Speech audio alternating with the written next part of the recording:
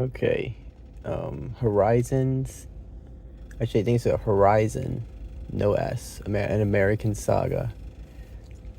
This film feels like a TV series to me. It feels like a TV series, or like it could have been maybe a mini series on Netflix, right? It's um, it's 3 hours long. I didn't feel the runtime with this film. Now, mind you, I didn't drink much water going into it, so that might have played a part as to why I didn't feel the runtime, I think. But yeah, with this one, I didn't feel the runtime with this movie. It also has different stories, right? I'm pretty sure it's actors. That's Kevin Costner, right? We have that. Well, we get introduced with Montana at some. Well, actually, the film is. We get introduced San Pedro Valley, right? That's where we're at. And there's a little flyer that says Horizon, Virgin Land. So like we get the idea that it has an image of a town, and even then, when the guy rides through, I don't know if we even get to see that guy again. Now that I think about it, and it was kind of funny when he meets that stranger.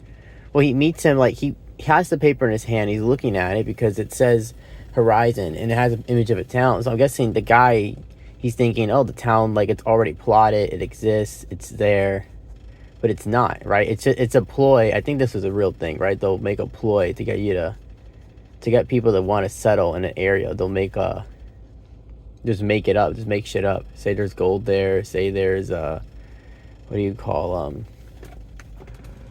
that there's something out there, you want to go take a look at it, but there's no town, right? There's no town yet, at least in this San Pedro Valley area, and we know that's Apache land.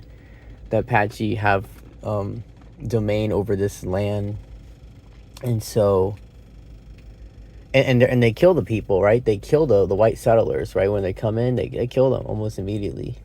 When they come in, they call them white eyes, right? The white eyes. So what else I was thinking in my head? We get a little, so I guess we got one story. We don't get, so some people get more screen time than others with their stories.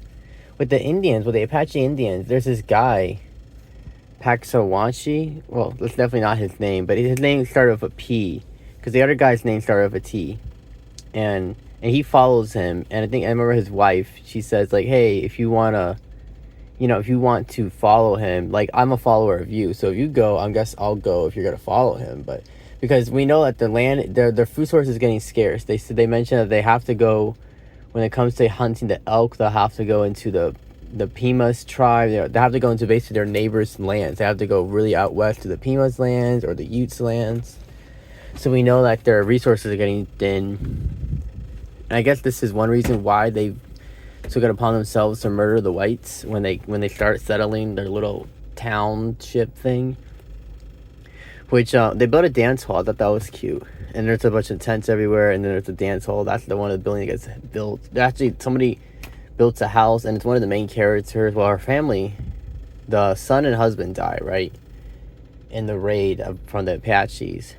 And during the raid, there's one family that they're praying, and the dad, I guess it's the dad, I don't fucking know, the man, that he's like making a bomb. And when the two Apaches open the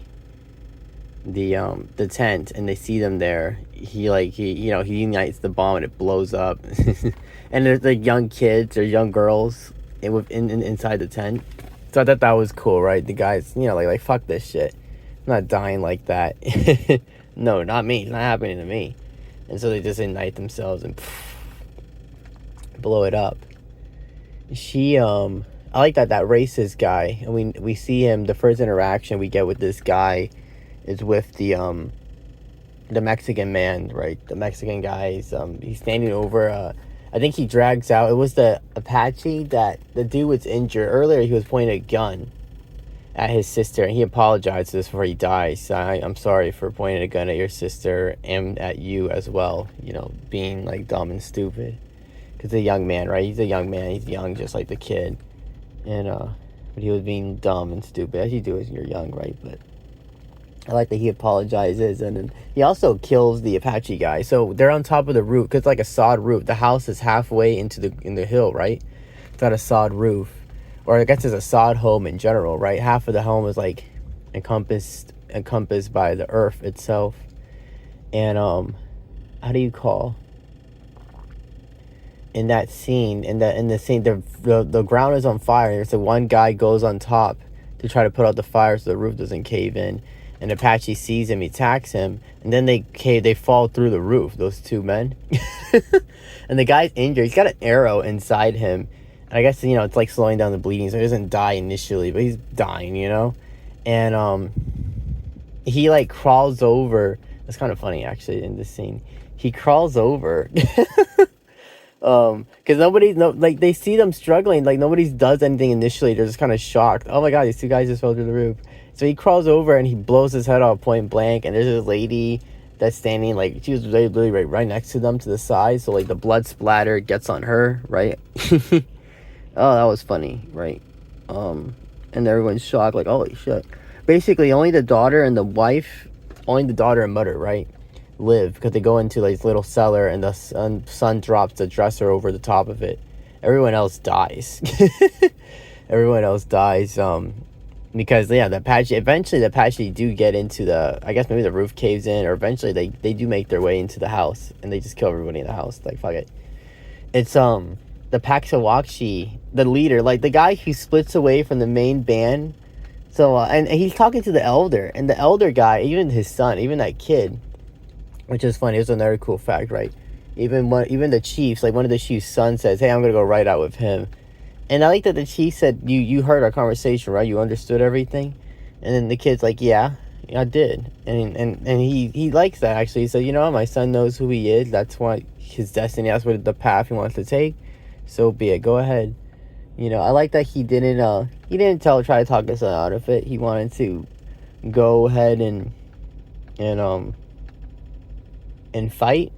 So go ahead and fight, or go ahead and not fight, but go ahead and follow this guy, because he was like, I don't know, well, I guess it was a civil discussion. He was kind of heated, right? But it wasn't like he was particularly challenging him. I don't think he was particularly challenging his authority.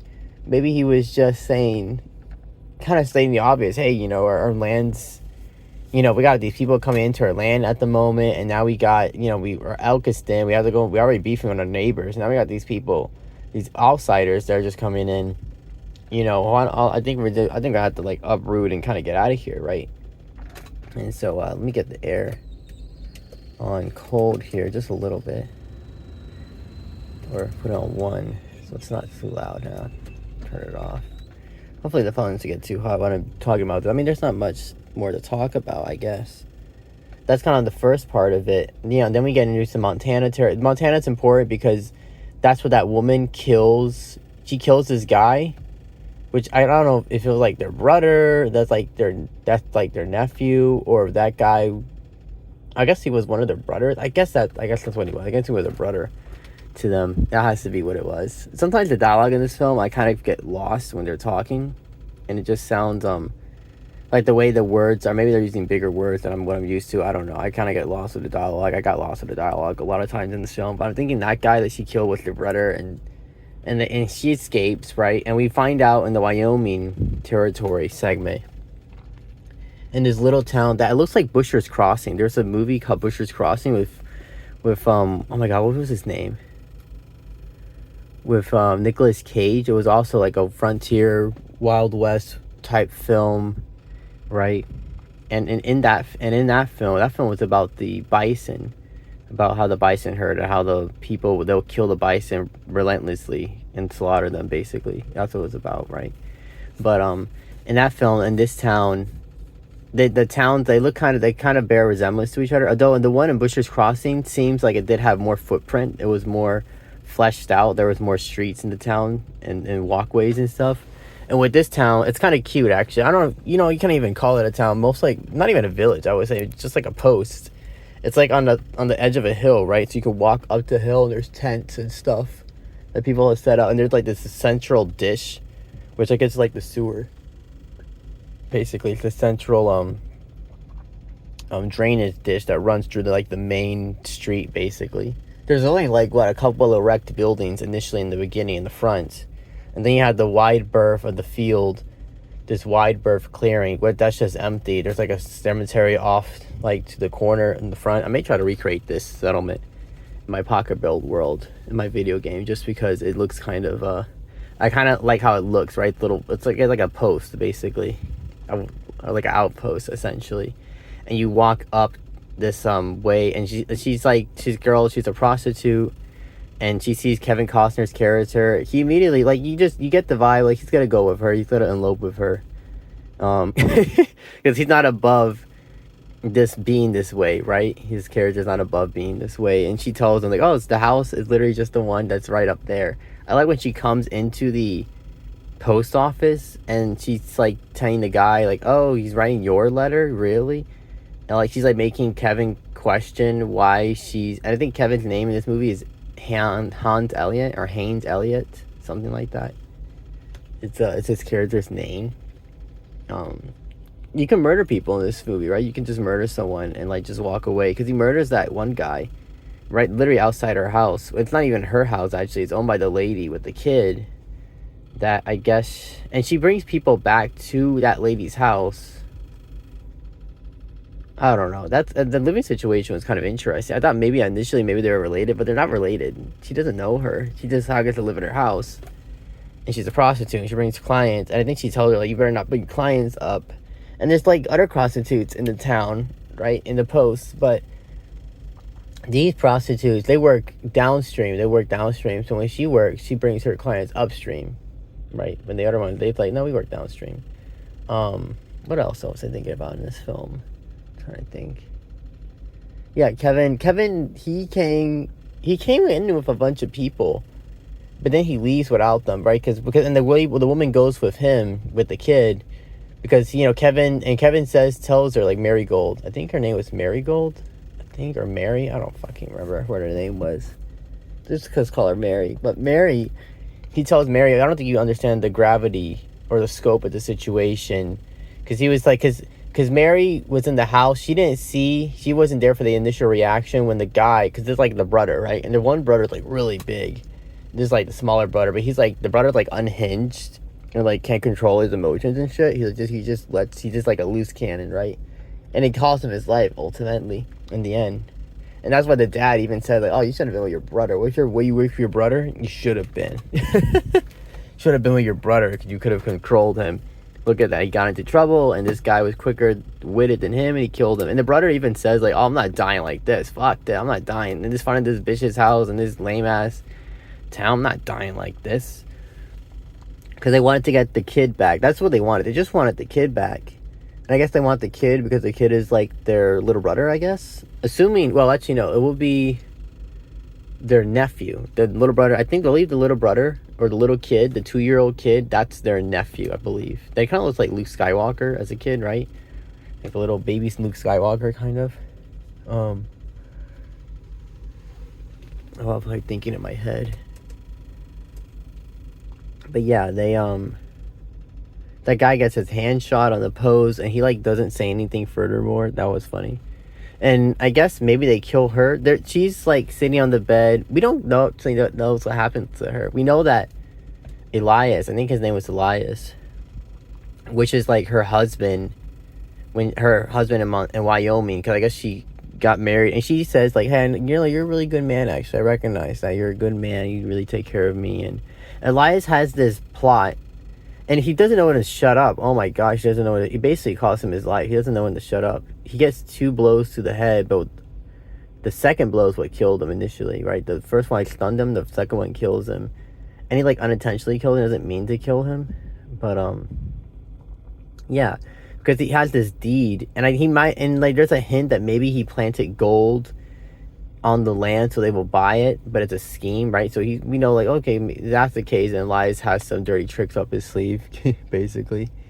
But yeah, with this character, how do you call oh my gosh, what was I thinking? With Elias, he owns like the plot of land that this cabin is on. I think that's what it was. Maybe he owns some land somewhere else. I don't know. There's a mining community. The place in Wyoming, it's a mining community. We learned that fact. What else? There's the the lady with the kid with the girl, and I think the girl's name is Alyssa. Oh my god, no, her name wasn't Alyssa. It was just of an I think. Oh, I don't remember what her name was. She gives the two soldiers the flower. She cuts it out. I don't recall seeing any scenes where she grows close to these soldiers. And because these soldiers are young. They're young men. You can see in their face. They're fairly young men, these two soldiers. And they get caught off because the movie was, we open up in 1859. And then we know by the time the Horizon Town settlement, that's 1863, because the guy carves into a rock, right? This is something that people would do when they arrive. They'll carve into a rock and stuff. They'll make their mark like when they arrived and stuff. May the 2nd or something, or May 26, 1863, 18, yeah, it was 63 actually, because I think the Civil War is 1865. That's when it starts, if I'm not mistaken. I believe so, actually. I have to look it up now. I have to brush up on my Civil War. I know it's 1865 is a significant date. Actually, I think it's 1860 to 1865. I think the Civil War was technically happening while this film was going on. Now that I think about it, yeah, I believe so. Because I think Reconstruction was like post that, like late 1860s, 1870s was the Reconstruction era. You know, right, building up after the war. I have to brush up on that, so don't quote me on that. But I know the two young men, they get sent off to war, right? And she makes those two flowers for them. And then that guy with the Irish accent, that he's like a captain, I think. I forgot what he was, because I don't even know their ranks. I think the other gentleman, the younger gentleman, has a higher rank than him, I want to say, right? But then we know like there's 3 like high rank guys. The guy with the mustache, sideburn connecting looking facial hair, he's like I think he's like the head honcho guy. He's the top guy. The mom, Izzy, that was her name, Izzy, I think it was Izzy's mom. She has like a thing, like and the gentleman, he says like, oh, there's rumors around the camp, but I don't want you to think that I have any part of it. But she kisses him, so I guess she just like, hey, I like you, and the rumors were that we liked each other. Well, I like you, I think you like me too. It's but then he looks like kind of confused, looks dumbfounded in his face. I don't know. And then the Irish guy says like to the mom like, oh, it looks bad. Why does it look bad? I don't know what he said to her. He whispers to her that she immediately calls Izzy back from hugging the two gentlemen, that maybe it looks bad that she gave him like the pedal, because I think he was saying like, oh, you know, that's gonna really mean a lot to those soldiers, and I bet you they're gonna be clutching it. If they die in that field, they'll be clutching those things. They're going to be thinking about her now. They're going to want to fight, maybe come back to her. Maybe he meant for, like, those two men's sake, but it sounded like he was talking about the men, like, others in general are looking on, and that maybe they get jealous. That's what it sounded like to me that he was referring to. But, like, who gives a fuck if they get jealous? The hell? Why does it matter? And then the Irish guy, he, like, puts a scheme on his wife's. And the wife told him, why didn't you just tell me that you wanted to, like, I don't know, because they're taking furniture out of her house. And it sounds like it's for the daughter. But I guess the eye wanted to give that furniture to the wife, to, like, Izzy, right? He wants to give it to Izzy. But his wife would have been pissed, maybe otherwise. Like she's difficult. I don't fucking know. That was confusing to me, that little scene. And what was I thinking else? Oh, yeah, there's, So yeah, there's this band. We gotta go back to the Horizon Town with the army. There's this band that's separate, and then you can see like there's guys dressed in military uniform, and there's these guys that don't have military uniforms, and it's these guys that go off on their own separately, which I guess they're not military guys. They're just random townsfolk, and they're basically a gang, and their gang's like diverse gang, right? It's like composed of like Hispanics and indigenous peoples and just, you know, and so this gang of them, like, I like that this, I guess he's the main, well, I don't know, he's the main honcho, he's like the second in command, or like they're basically 2 leaders. Maybe they're gonna clash in the part 2, the Horizon Saga. I'll probably see the part 2, although this one, like, I didn't particularly, this film for me doesn't get a high, it felt like a TV movie. Like, it feels like it would have worked better. It's just like a TV series, or at least maybe a mini series. How it works as a movie, it just feels disjointed, I guess. I don't know. Like, it wasn't meant to be a film. I was thinking the narrative would be one narrative and we follow it through, but it's actually different narratives. And I guess we'll have to see how they connect. And some of the narrative, we spend more time with these characters than we do with the other characters. And so it just feels disjointed. I guess that would be the way to say it. I'm pretty sure they raid Pakshwani's I'm pretty sure they raid his clan, because it's a smaller clan, and they have these like nice little thatched huts. They're like in kind of like looks like maybe a floodplain, maybe it floods every so often. It's like lower lying land, nestled in between like high rocks and stuff. Actually, it feels maybe it's kind of, well, it's like it's protected, but maybe also not protected. The horse wonders, right? And that horse, he says, I swear I tied it. I like that the kids points out. He's like, oh, it's his horse. Look at how scared that guy looks. It was his horse. So, what we see else from this segment? I'm trying to think here. Yeah, I guess the second in command, he like shoots that guy. The guy that let his horse get away, he shoots him. And you got the vibe when he rode behind him on the horse, and he's standing there, and he gets up. I said, oh my gosh. Maybe he knew, like, I think even the guy knew his fate when he's, like, behind him. Like, what's this guy want? He wants to talk to me, but nobody talks to anybody in the Wild West. They just get immediately because you can get away with murder. You can kill people and get away with it. I like that the one woman kills that racist guy, though. I like that he died. I don't like his character at all. It was nasty, disgusting, racist filth character. And so I like that he dies. He gets stabbed in the heart.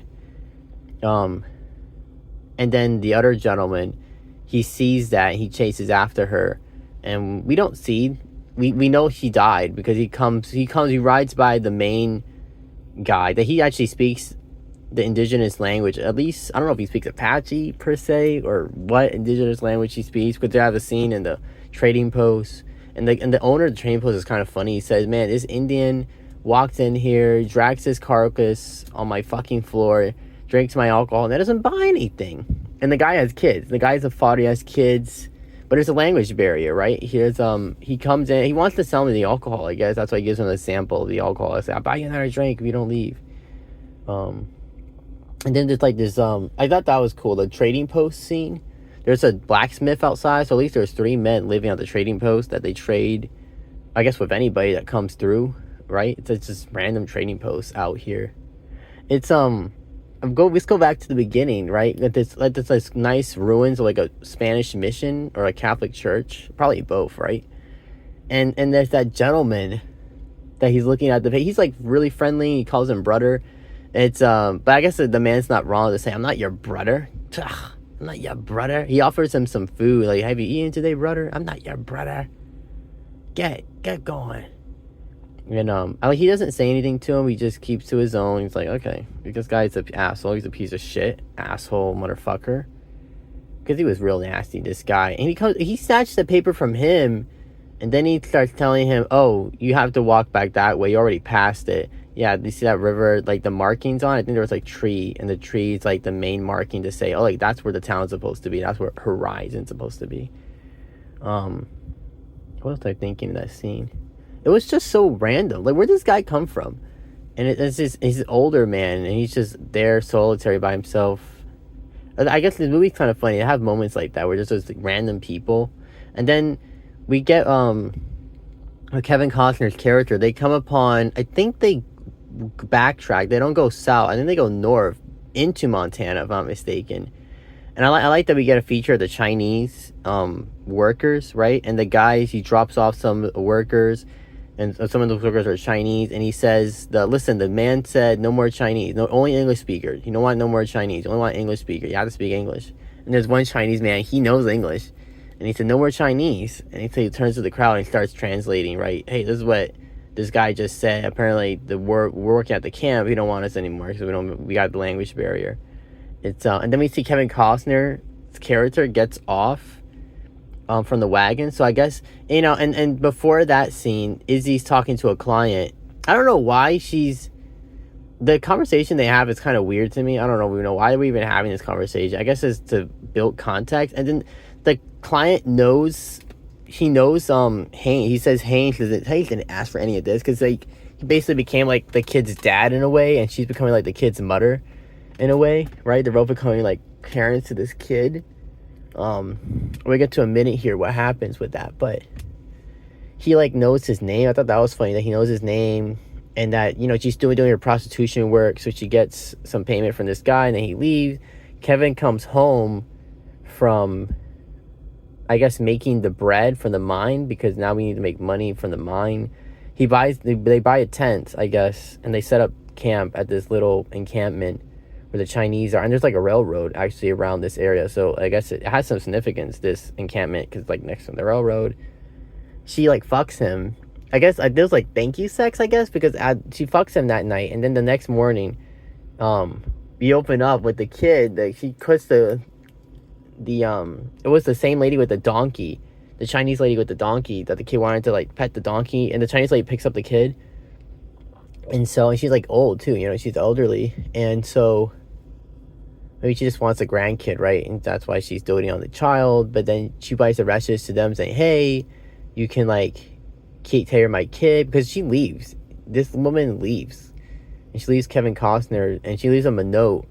And but I guess, you know, like, so he got, like, she fucks him. Like, that's what I think is, like, maybe thank you sex. I don't know. That was the initial, when she was walking up to her house, that was initially what was going to happen. They were going to have sex at her house. Because he just wanted to. Like, he even gets distracted by her. Like, so he's in the post office thing, and he has this guy writing him a letter. And she walks in, and he gets distracted by her for some reason. I guess because he's that smitten by her. But like, why would that distract you? This lady walking in, like, you could have still had your letter written and then, you know, talk to this lady. But instead we get this montage. And like, I don't know, I guess it's just to build plot for the film.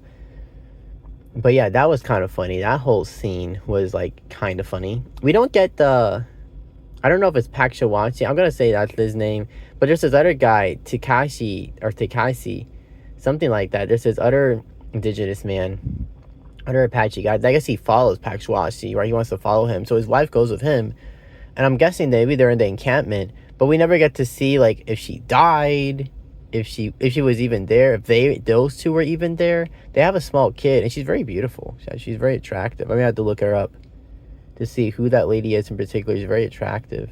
Another funny thing, when the chief the chief speaks English, right? And this little boy, he's got I think it's called a brawler hat.